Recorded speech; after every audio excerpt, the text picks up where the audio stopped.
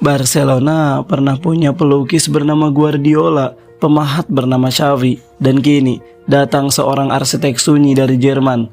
Namanya Hansi Flick, dan ia datang bukan untuk membangun tim, ia datang untuk membangun keajaiban baru. Camp Nou pernah menjadi panggung bagi para dewa, tempat di mana sihir mengalir, di mana sejarah dilukis dengan bola di kaki. Namun waktu berlalu, badai datang, dan kejayaan itu mulai pudar. Hingga akhirnya, langkah tenang itu datang dari kejauhan. Hansi Flick, bukan dengan janji-janji kosong, tapi dengan tatapan yang penuh keyakinan. Ia tahu, membangun Barcelona bukan sekedar soal menang. Ini tentang mengembalikan jiwa, membangun roh yang tertidur di tribun kosong, menghidupkan kembali lagu-lagu magis di udara Catalunya. Flick tak membawa revolusi yang gaduh, ia membawa keindahan yang perlahan. Ia tak memaksa pemain untuk berubah. Ia menyentuh dasar-dasar yang membuat Barcelona dulu dicintai. Sentuhan pertama yang lembut, visi yang mengalir, dan keberanian untuk bermimpi lebih besar dari dunia itu sendiri. Di tangan Flick, Barcelona bukan hanya ingin menang, mereka ingin menari lagi. Mereka ingin membuat dunia jatuh cinta lagi. Dan ia tahu, untuk membuat tim ini bangkit, ia harus membangun bukan hanya dengan kaki yang cepat, tapi juga dengan hati yang berani. Di ruang ganti, Flick bukan singa yang mengaum. Ia adalah sungai yang tenang, tapi menghanyutkan.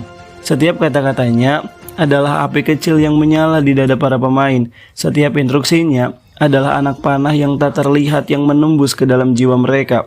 Flick tahu bagaimana memoles bocah ajaib seperti Lamine Yamal, bagaimana menghidupkan kembali sihir Pedri dan Gavi, dan bagaimana membuat para veteran percaya bahwa mereka belum selesai, dan bagaimana membuat seluruh Catalunya berani berharap lagi.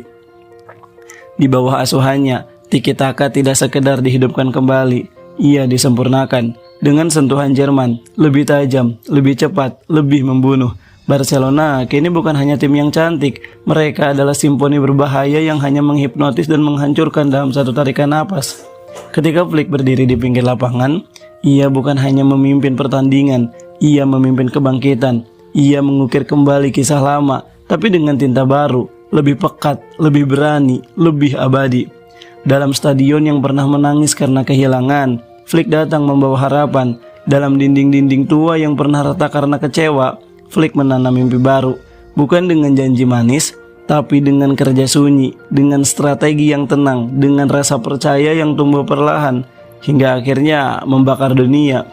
Kini, Barcelona berdiri lagi, bukan hanya sebagai klub, tapi sebagai keajaiban hidup yang baru saja terlahir kembali.